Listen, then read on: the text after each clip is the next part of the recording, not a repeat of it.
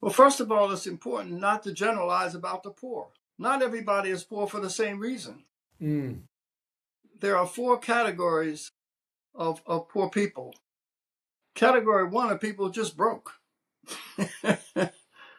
There's a death of a significant other, or a factory moves out of the town, but their values and characters intact. And so they use help as a ambulance service, not as a whole transportation system. Mm-hmm. Okay. And again, category two are people whose characters intact, but their perverse incentives built into aid programs, so that if they take a job or then they'll lose benefits. So if we take the perverse incentives out, they'll be okay.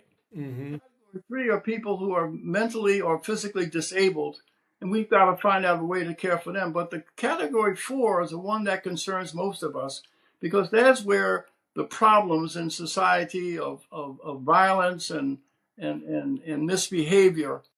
These are people who are poor because of the chances that they take and the choices that they make. Theirs is a value crisis. To give money to that latter group, you will be injuring them with the helping hand. Mm. That's toxic support. And so the way you help them, the groups that the Woodson Center supports specialize in addressing people in category four, because you must make a difference between a relationship and a transaction.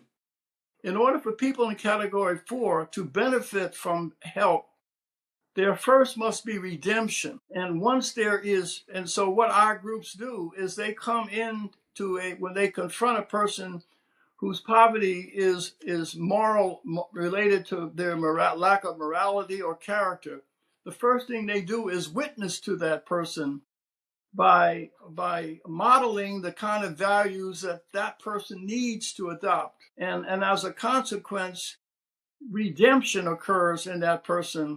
And once redemption occurs, then a transaction can help that person.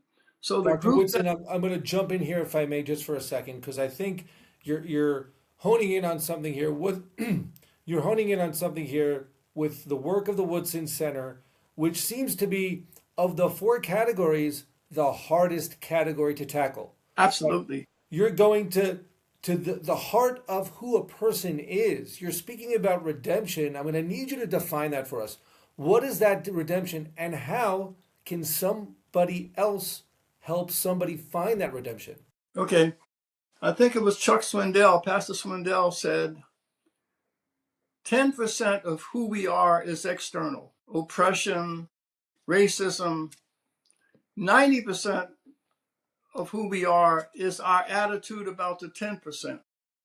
Hmm. We Right. decide that, someone else said that the victimizer might have knocked you up, knocked you down, but the victim has to get up. Mm-hmm. When one of our young men or women who are in the transformation business confronts a violent young man, he says to him, "I've been where you are." First of all, there's moral authority.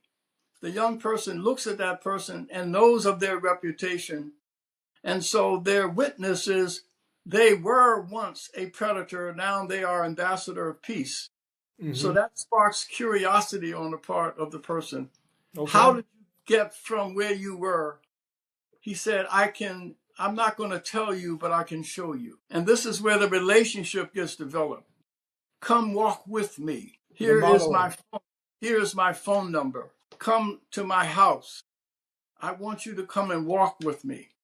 And so these young men began to, and so values are not necessarily taught, they are caught.